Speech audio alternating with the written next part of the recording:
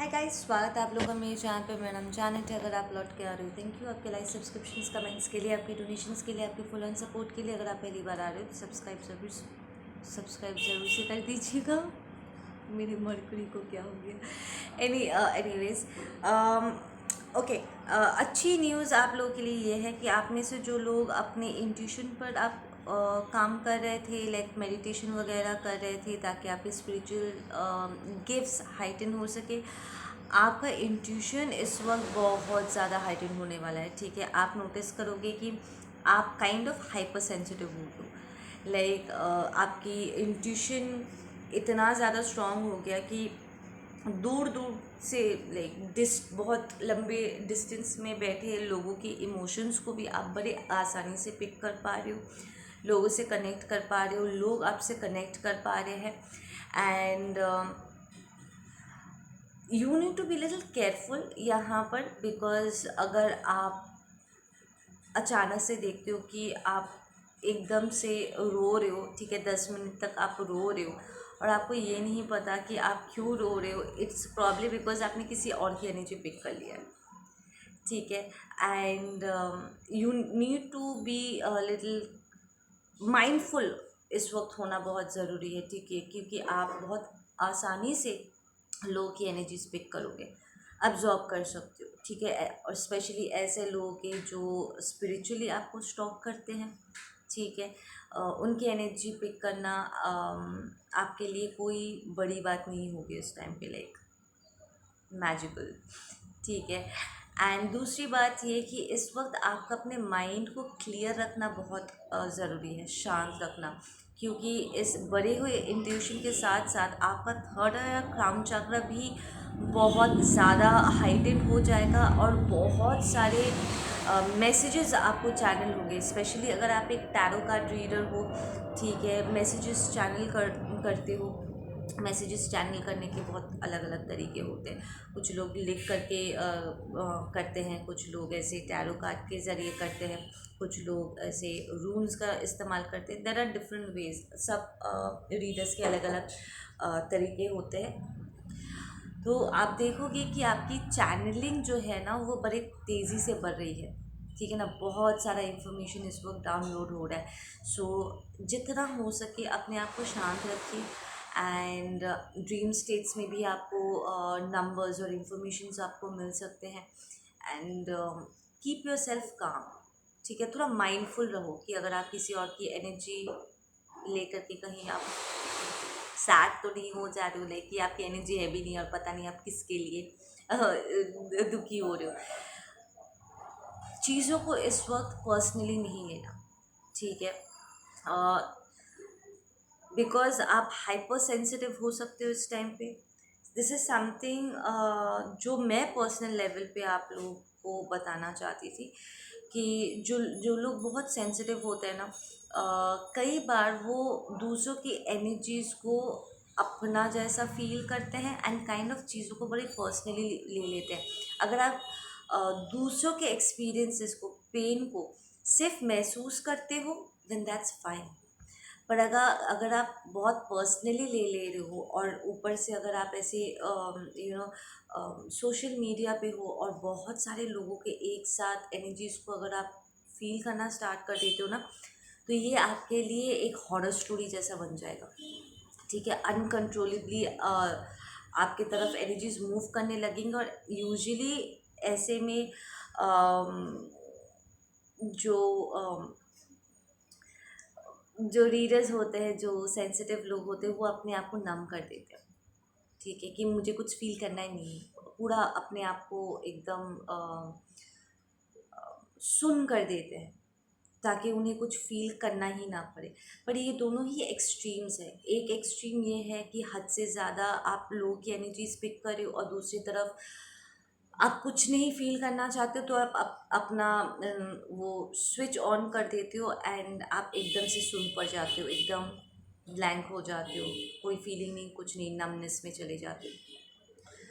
आपको एक middle point यहाँ पर एक मिडिल का रास्ता आपको इस्टेब्लिश करना होगा, जहाँ पर आप दूसरों की एनर्जी पिक करो, रिकग्नाइज करो कि ये किसी और की एनर्जी है।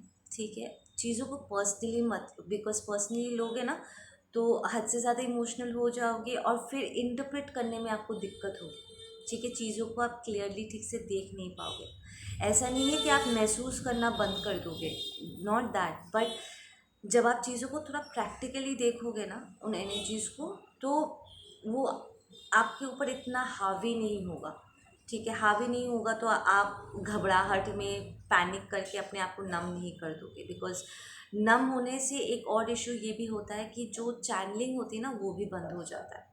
आपका क्राउन चक्र, थर्ड आई बंद पड़ जाता है, आपका हायर चक्र, आपका हार्ट चक्र आप बंद कर दे रहे हो कि मुझे कुछ सुनना ही नहीं है, जानना ही नहीं है, मुझे कुछ महसूस नहीं करना है। तो यहाँ पर गड़बड़ हो जाती है।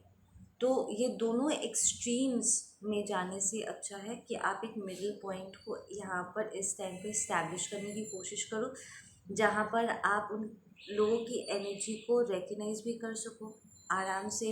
एक डिटैचमेंट आपको यहाँ पर प्रैक्टिस करनी होगी, थोड़ा अनासक्त होकर के दूर से। जैसे एक डॉक्टर जब एक पेशेंट को चेक करते हैं तो वो इमोशनली उस तरीके से उनसे कनेक्ट नहीं होते हैं, पर्सनली चीज़ों को नहीं लेते। अगर वो पर्सनली लेंगे ना तो रो रो के उनकी हालत ख़राब हो जाएगी कि यार इनको कितना पेन हो रहा है, वो कभी ऑपरेट नहीं कर पाएंगे, ऑपरेशंस नहीं कर पाएंगे। ठीक है ना। सो थिंक कि आप इस वक्त उस ऐसे एक डॉक्टर की तरह हो जहाँ पर आप लोग पेशेंट हैं। ठीक है, आपको लोगों की बीमारी को देखना है।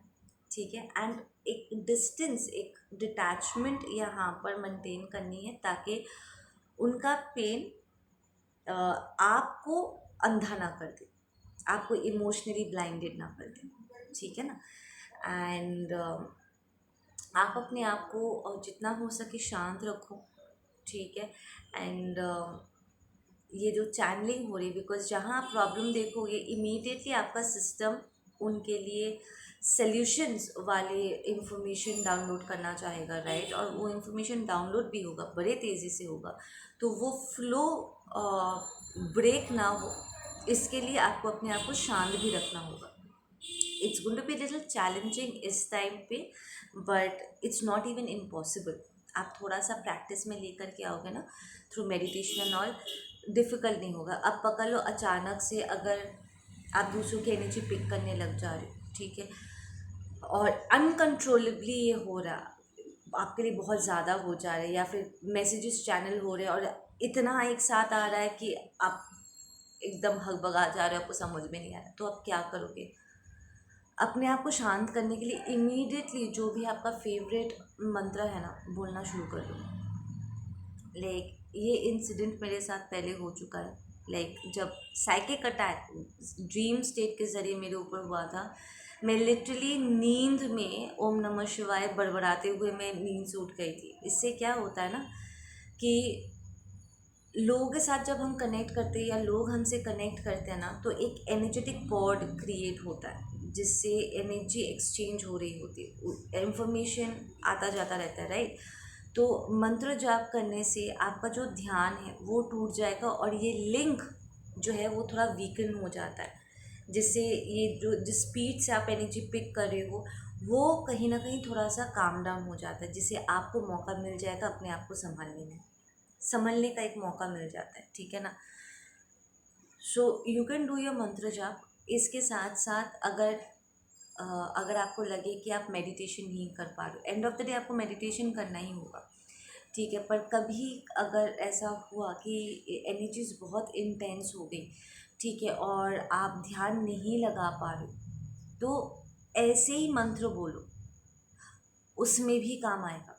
एंड साथ में मेडिटेशन के बराबर कुछ जो प्रैक्टिसेस है, जैसे मेरे लिए मेडिटेशन करना और पेंटिंग करना एक बराबर मुझे लगता है कि अगर मैं पेंटिंग करती हूँ it's like meditation for me. ठीक है, तो आपके जो हॉबीज़ हैं जो मेडिटेशन की तरह ही काम करता है आपके लिए, उन हॉबीज़ को इस वक्त प्रैक्टिस करो। ठीक है, कि अगर आप एक जगह शांत बैठ करके अगर ध्यान नहीं लगा पा रहे हो, तो वो ऑल्टरनेटिव हॉबीज़ को टेम्परेरीली उन्हें अपने आप को काम डाउन करने के लिए यूज़ करो। कुछ लोगों को स्विमिंग करना अच्छा लगता है, कुछ लोग म्यूज़िक सुनना पसंद करते हैं। Stay away from toxic music. वो रोना धोना डिप्रेसिंग म्यूज़िक की बात नहीं कर रही हूँ, I am talking about meditation music. High vibrational music सुनो। एनीथिंग जो आपको इमोशनल और मेंटल लेवल पे बैलेंस रखने में हेल्प करे, ऐसे चीज़ों को प्रैक्टिस करो, ऐसे चीज़ों को इस वक्त अडॉप्ट करो। ठीक है।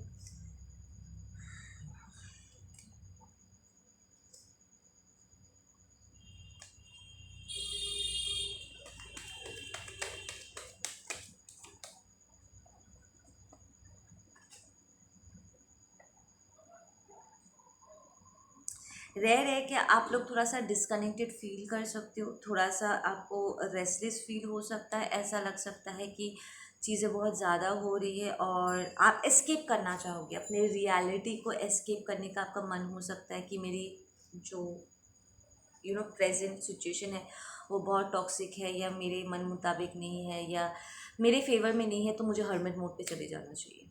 How do I escape this situation?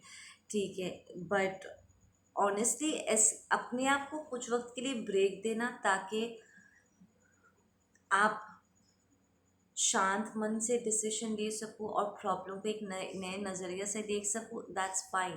But energies ऐसे प्ले होगी कि आप पूरे सिचुएशन से एस्केप नहीं कर पाओगे। ठीक है, अगर आप सोचोगे कि मैं उल्टे पैर भाग जाता हूँ,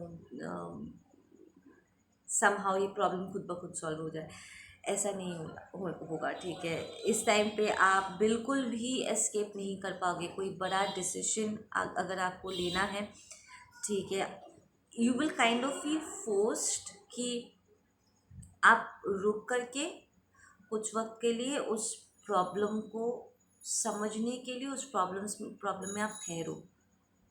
ठीक है, डर के मारे, जस्ट बिकॉज जो आपका सामने का पर्सन है, ठीक है, आप उनसे डरते हो, या फिर आपके अंदर ही कोई डर ऐसा है जो आपको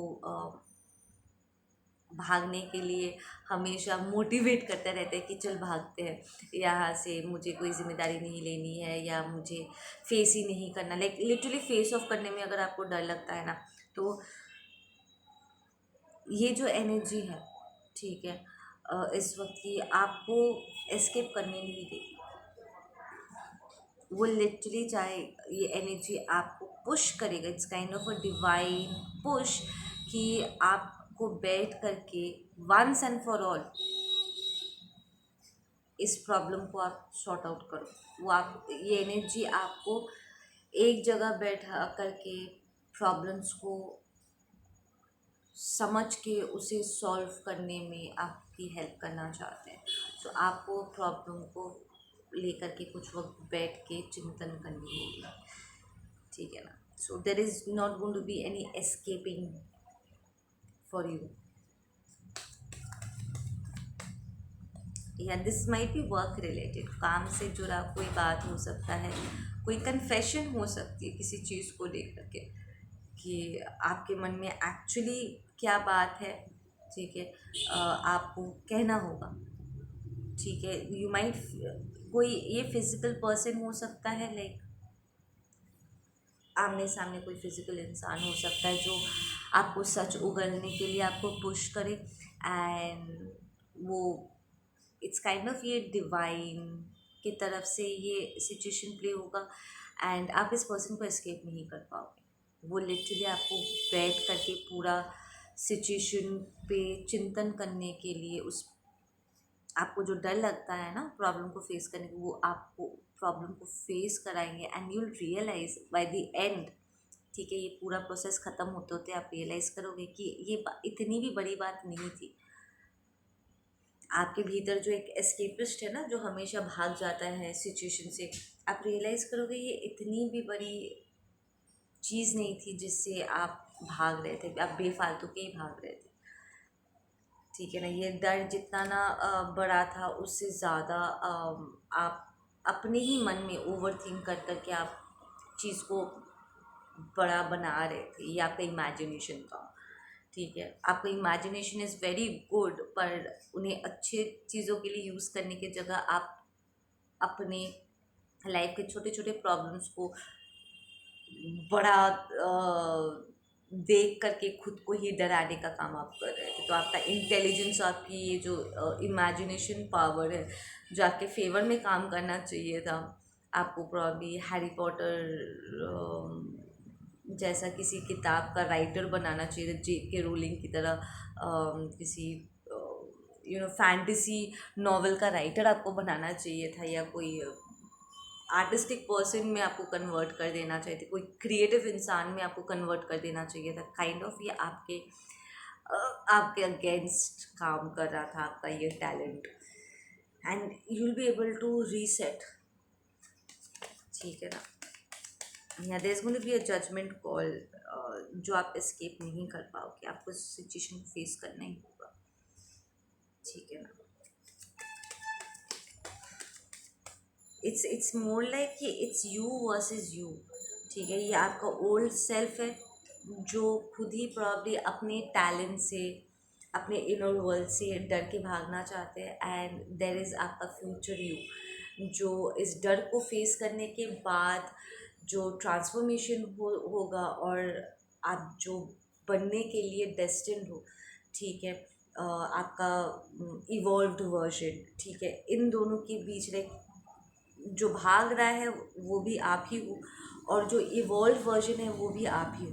तो यू वर्सेस यू, तो आपका जो फ्यूचर सेल्फ है ना, वो आपको काइंड ऑफ आप फील कर पाओगे। आपका फ्यूचर सेल्फ आपको बोले कि प्लीज़ डरना बंद कर, हमारा फ्यूचर बहुत अच्छा है, please take that leap of faith, please ये प्रॉब्लम को सॉर्ट आउट कर, प्लीज़ अपना कन्फेशन रख कि तुझे क्या करना है। ठीक है ना, ताकि हम अपने आप में आ सकें, हम वो बन सके जो हम अपने किस्मत में लिखवा करके आए। ठीक है ना। you're destined to be somebody who is very strong and self reliant। ठीक है ना। सो